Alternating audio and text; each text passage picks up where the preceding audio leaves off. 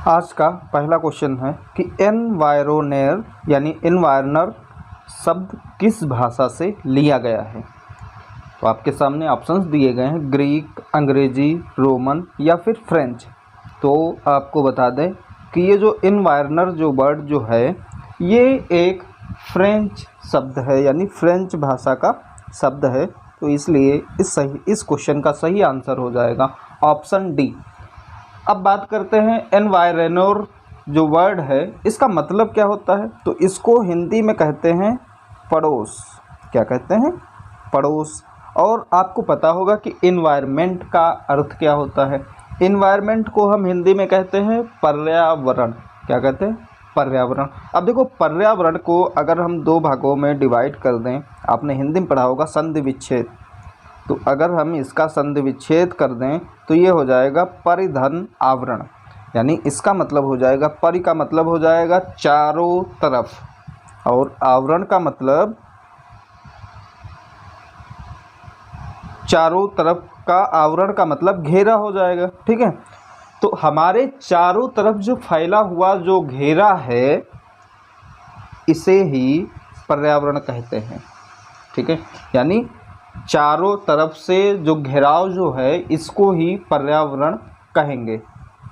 ठीक है, तो उम्मीद करते हैं ये आपको पहला क्वेश्चन समझ में आ गया होगा। तो नमस्कार दोस्तों, मैं Raj Bahadur RR study zone में आपका स्वागत करता हूं। आज का ये हमारा दूसरा सेशन है एनवायरनमेंट का। अगर आपने पहला सेशन नहीं देखा है तो आप उसे भी ज़रूर देख लीजिए, और उस पर भी हमने कुछ इंपॉर्टेंट क्वेश्चंस का डिटेल डिस्कशन किया है। ये सेशन भी डिटेल डिस्कशन इसमें भी हम करेंगे। ये जो सेशन है ये एनसीईआरटी बेस्ड क्वेश्चंस का सेशन है। कृपया इस वीडियो को अंत तक देखिएगा और लाइक और शेयर ज़रूर कर दीजिएगा। और अगर आप हमारे चैनल पर नए हैं तो कृपया हमारे चैनल को सब्सक्राइब भी कर लीजिएगा और बेल आइकन भी दबा दीजिएगा, जिससे कि आपको अपकमिंग वीडियोज़ के नोटिफिकेशंस भी मिलते रहें। अगला प्रश्न है कि पर्यावरण के प्रमुख घटक कौन कौन से हैं। ठीक है, क्या है कि पर्यावरण के प्रमुख घटक कौन कौन से हैं ये आपको बताना है। ऑप्शन है प्राकृतिक, दोनों, या मानव निर्मित, यानी प्राकृतिक, मानव निर्मित, दोनों, या फिर इनमें से कोई भी नहीं। तो इस प्रश्न का सही उत्तर हो जाएगा ऑप्शन सी, यानी प्राकृतिक और मानव निर्मित दोनों ये पर्यावरण के घटक हैं। ठीक है, प्राकृतिक घटक आपके हो जाएंगे जैसे जंतु एवं पादप हो जाएंगे, स्थल, जल, वायु, प्रकाश, मृदा और ताप। मानव निर्मित की अगर बात करें तो जो इमारतें हैं, ठीक है, उद्योग हो गए, सड़क, पुल, पार्क, संस्कृत इत्यादि, ये सब मानव निर्मित हो जाएंगे। तो इसलिए इस प्रश्न का सही उत्तर हो जाएगा ऑप्शन सी। नेक्स्ट क्वेश्चन की तरफ चलते हैं कि ताप, मृदा, प्रकाश पर्यावरण के किस घटक के अंतर्गत आते हैं। ऑप्शन हैं जैविक, भौतिक, मानव निर्मित, या इनमें से कोई नहीं। ठीक है, तो आपको बताना है कि ताप, मृदा, प्रकाश, पर्यावरण ये किस में आते हैं। तो आपको बता दें कि ताप, मृदा, प्रकाश ये सब निर्जीव पदार्थों का संसार है, यानी ये सब आजीव या फिर अजैविक या भौतिक बोल सकते हैं। क्या बोल सकते हैं? इसका वैसे तो आंसर हो जाएगा ऑप्शन बी। ठीक है, ये भौतिक हो जाएगा। भौतिक को हम बोल सकते हैं आजीव या फिर अजैविक। अगर आपके क्वेश्चन में ऑप्शन दिया गया है आजीव या फिर अजैविक या भौतिक, तो इसमें से यही आंसर सही हो जाएगा कि इसके जो घटक हैं ये ताप, मृदा, प्रकाश और पर्यावरण इसके निम्नलिखित घटक हैं। ठीक है, नेक्स्ट क्वेश्चन की तरफ चलते हैं कि पर्वत, पठार, मैदान और घाटी ये पर्यावरण के किस क्षेत्र में आते हैं। ऑप्शंस हैं आपके पास स्थल मंडल, जल मंडल, वायुमंडल या जैवमंडल। तो आपको बता दें इसका सही उत्तर हो जाएगा स्थल मंडल। अब देखिए कैसे स्थल मंडल हो जाएगा। हमने अभी बताया कि पर्यावरण के 4 क्षेत्र हैं। ठीक है, कौन कौन से क्षेत्र हैं आपको बता दें। ये आपके सामने वैसे ये ऑप्शन ही दिए गए हैं, तो इसी ऑप्शन के अकॉर्डिंग ही हम आपको बता देंगे। ये स्थल मंडल, तो अब देखिए स्थल मंडल जो पृथ्वी पर जो स्थल है ठीक है। जो भूभाग है जिसको मैदानी क्षेत्र भी बोला जा सकता है, ठीक है, ये स्थल मंडल में आ जाएंगे। तो स्थल मंडल पर आपके कौन कौन सी चीज़ें हैं? पर्वत, पठार, मैदान और घाटियाँ, ये आपके स्थल मंडल से संबंधित हो जाएंगे। वही अगर जल मंडल की बात करें तो जल मंडल में आपकी कौन कौन सी हो जाएंगी? नदियाँ, झरने, समुद्र, ये सब आपके जल मंडल में। तो अब देखिए स्थल मंडल में कौन कौन सी चीज़ें आ जाएंगी। ये स्थल मंडल में तो अभी हमने जो क्वेश्चन आपका दिया गया है, जैसे पर्वत, पठार, मैदान, घाटी, ये सब स्थल मंडल में आ जाएंगे।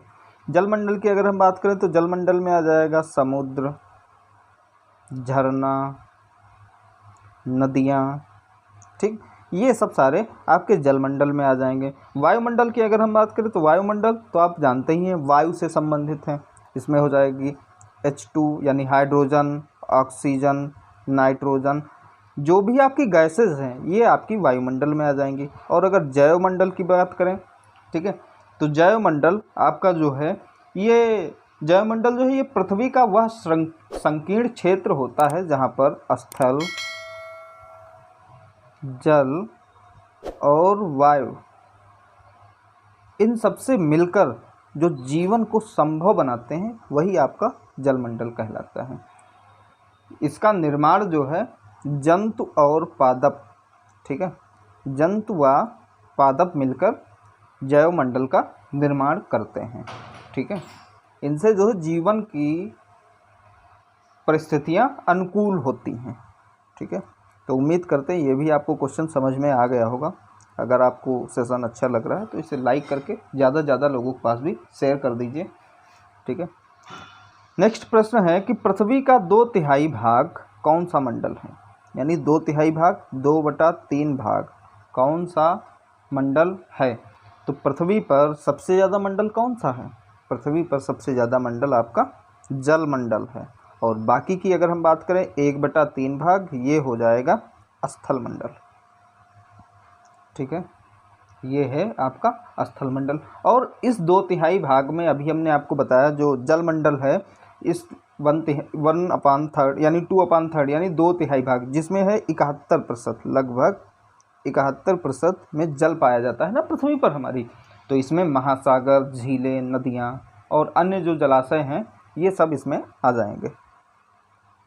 नेक्स्ट क्वेश्चन है कि धूल के कण एवं जल वाष्प किस मंडल में पाए जाते हैं? तो अब देखिए अभी हमने बताया जिसमें आ जाए आपका धूल के कण या फिर जल वाष्प। तो धूल के कण ये आपके ये जो आपकी जो गैसेस जो होती हैं, एयर जो होती है, ठीक है, यानी वायु जो होती है, हवा जिसको बोलते हैं, ये आपके इसमें कण उपस्थित होते हैं। तो अब इसमें पूछा गया है कि धूल के कण और जलवाष्प किस मंडल में पाए जाते हैं? तो ये आपके वायुमंडल में पाए जाते हैं, यानी इस प्रश्न का सही उत्तर ऑप्शन सी हो जाएगा। अगला प्रश्न है कि निम्नलिखित कथनों पर आपको विचार करना है। आपके सामने कथन दिए गए हैं, इसमें से आपको बताना है कि कौन से कथन सही होंगे। 4 कथन दिए गए हैं और ऑप्शन भी उन्हीं के अकॉर्डिंग दिए गए हैं, तो इसमें से आपको चूज करना है। पहला कथन है कि पर्यावरण के लिए आस पड़ोस शब्द का भी प्रयोग किया जाता है। स्थल मंडल खनिजों का प्रमुख स्रोत है। जैवमंडल जीवन के लिए अनुकूल परिस्थितियां प्रदान करता है। और नेक्स्ट है कि पारिस्थितिकी तंत्र प्रकृति की क्रियात्मक इकाई है। ये आपको बताना है कि इसमें से कौन सा कथन सही होगा। ऑप्शन दिए गए हैं, अब केवल कथन 1, केवल 3, केवल 1 और 4, या फिर 1, 2, 3, 4 सभी कथन सही हैं। तो आपको बताना है। तो आपको बता दें कि ये जो आपके कथन जो दिए गए हैं ये सारे कथन सही हैं। कि पर्यावरण के लिए अभी हमने आपको बताया कि पर्यावरण यानी परि प्लस आवरण, हमारे चारों तरफ का जो वायुमंडल या वातावरण जो है यही हमारा पर्यावरण है। पर्यावरण में आस पड़ोस शब्द का भी यूज़ किया जाता है। इन्वायरनेट जो वर्ड है, ठीक है, इसको पड़ोस बोलते हैं। स्थल मंडल में अब देखिए स्थल मंडल पे अभी हमने बताया कि इसमें जो है स्थल यानी जिसमें मैदान वगैरह आ जाएं, पहाड़ी इलाके आ जाएं, तो ये सब आपके स्थल मंडल में आते हैं। तो यहीं पर तो आपका खनिज प्राप्त होता है। और जैवमंडल की अगर बात करें तो जैवमंडल में हमारा क्या होता है? जल होता है, ठीक है। बिना जल के तो परिस्थितियां अनुकूल नहीं हो सकती। अगर पानी नहीं होगा, जल नहीं होगा, बताया गया है कि जल ही जीवन है ना? क्या है? कि जल ही जीवन है, तो परिस्थितियाँ तो इन्हीं से अनुकूल हो सकती हैं। और पारिस्थितिक तंत्र जो हैं ये एक प्रकृति की क्रियात्मक इकाई भी होती हैं। ठीक है, तो इसलिए इस प्रश्न का सही उत्तर हो जाएगा ऑप्शन डी, यानी 1, 2, 3, 4 सभी कथन सत्य हैं। अगला प्रश्न दिया गया है, इसमें से आपको बताना है कि कौन सा सही से सुमेलित नहीं है। पहला दिया गया है कि पारिस्थितिकी ये क्या अर्नेस्ट हिकल से संबंधित है। सर्वाहारी, मोर जो है वो क्या सर्वाहारी होता है। प्राथमिक उपभोक्ता पेड़ पौधे होते हैं, या फिर पारिस्थितिकी तंत्र जो है ये एजी टेंसले ने दिया था। तो आपको बताना है कि कौन सा इसमें से कथन सही है। आप गेस करिए। तो आपको बता दें कि ये जो पेड़ पौधे हैं, ठीक है, पेड़ पौधे ये आपके प्राथमिक उपभोक्ता नहीं होते हैं।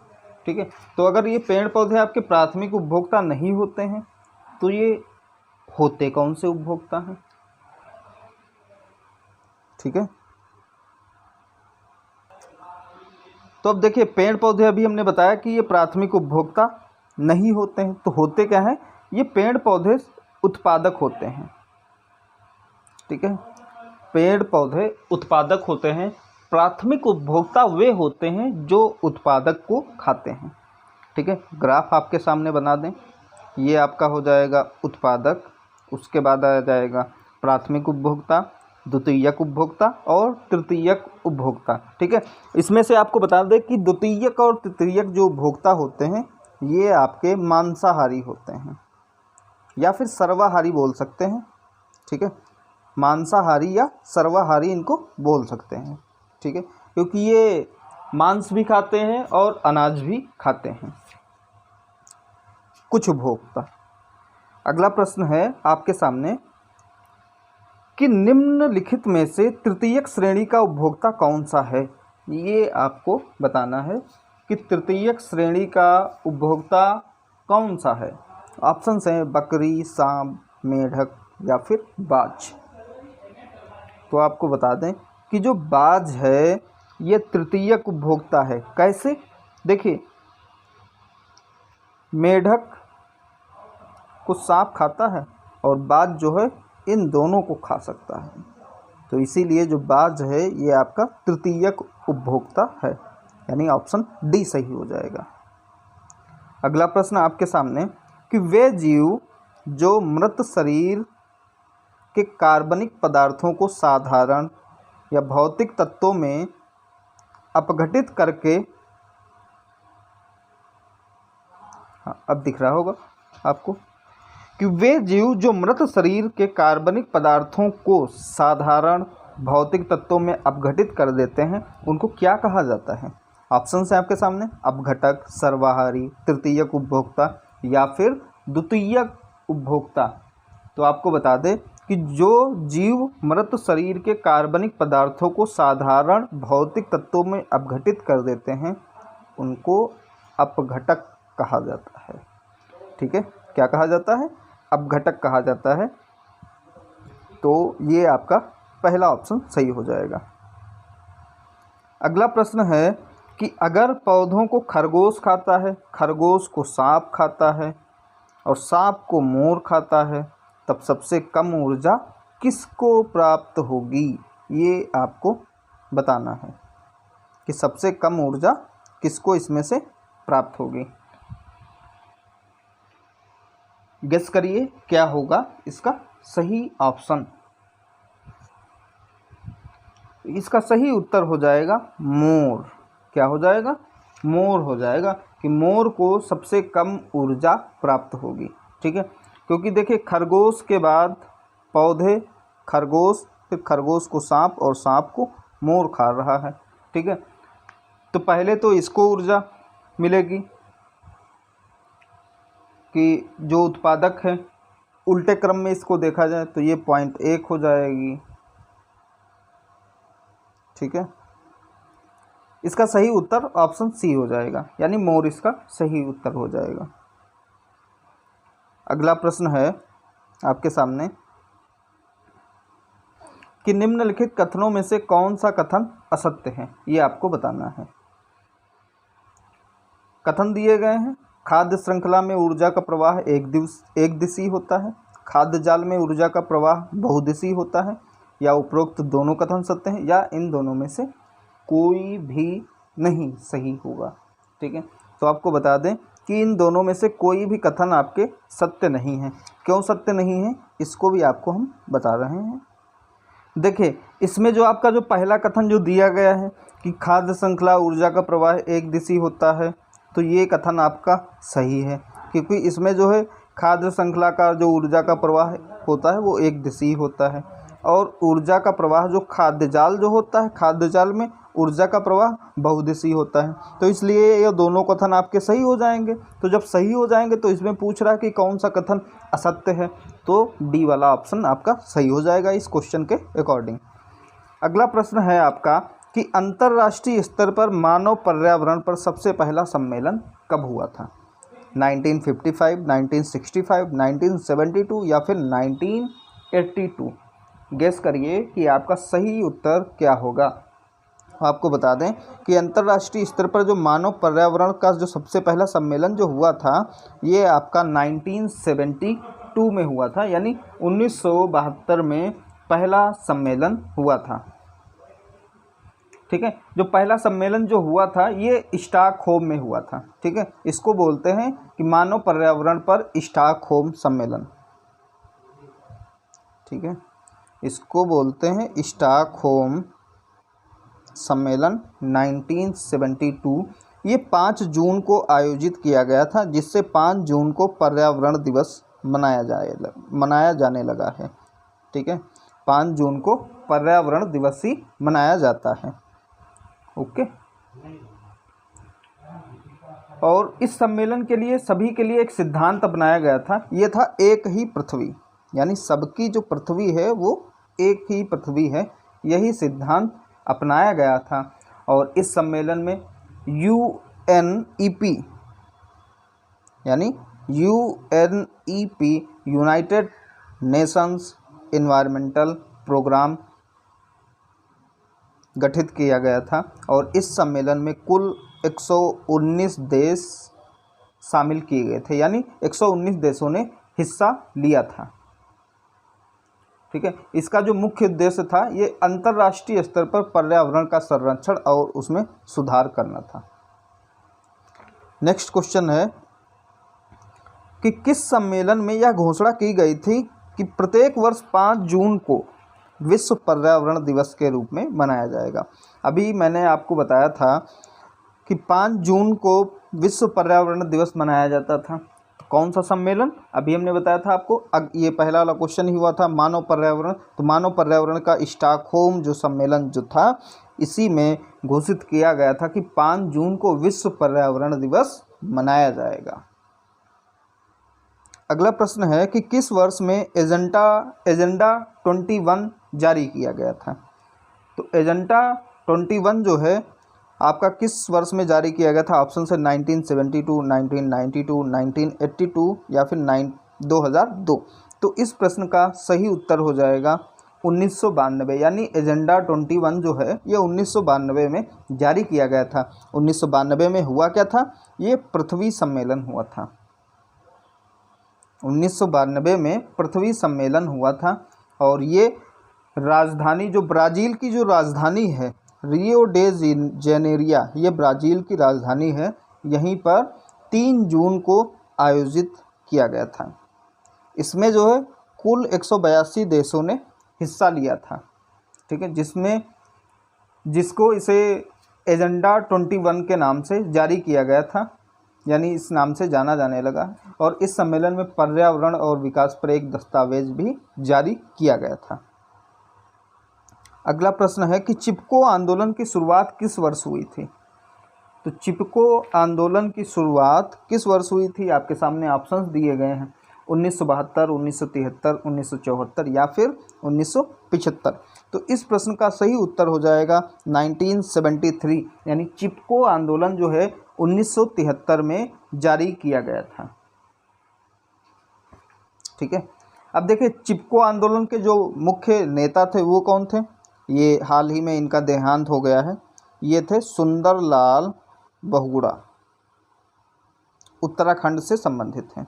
इन्होंने जो आंदोलन की जो शुरुआत की थी वो उत्तराखंड के, वैसे तो आपका राज्य ही पूछा जाता है, शहर भी है, उत्तराखंड के गोपेश्वर शहर के रेनी नामक गांव से इन्होंने शुरुआत की थी। इस आंदोलन में महिलाएं जो है ये पेड़ों से चिपक कर पेड़ों की रक्षा करती थी।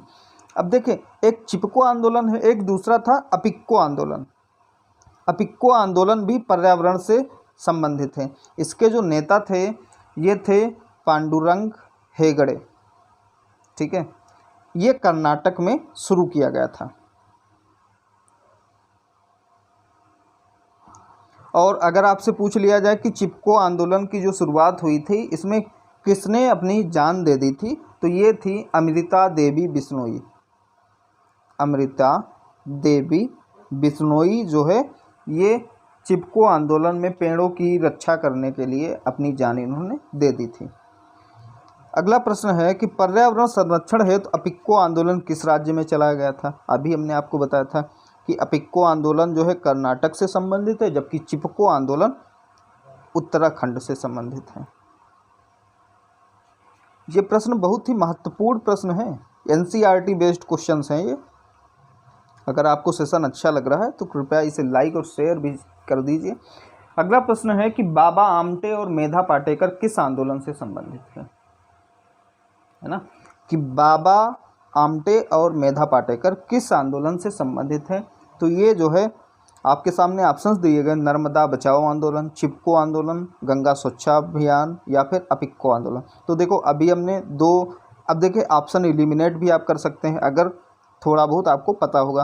देखो चिपको आंदोलन के जो आंदोलनकर्ता थे, प्रमुख नेता ये थे सुंदरलाल बहुगुणा, और अपिक्को आंदोलन के जो प्रमुख नेता थे ये थे पांडुरंग हेगड़े। तो आपके ये दो ऑप्शन तो गलत ही हो जाएंगे, ठीक है। बचे आपके पास दो ऑप्शन कि गंगा स्वच्छा अभियान किसने जारी किया था, यानी इसके जो प्रमुख नेता थे वो कौन थे, या फिर नर्मदा आंदोलन। तो इस प्रश्न का सही उत्तर हो जाएगा नर्मदा बचाओ आंदोलन, क्योंकि ये जो बाबा आमटे हैं और मेधा पाटेकर हैं ये इनके प्रमुख नेता थे।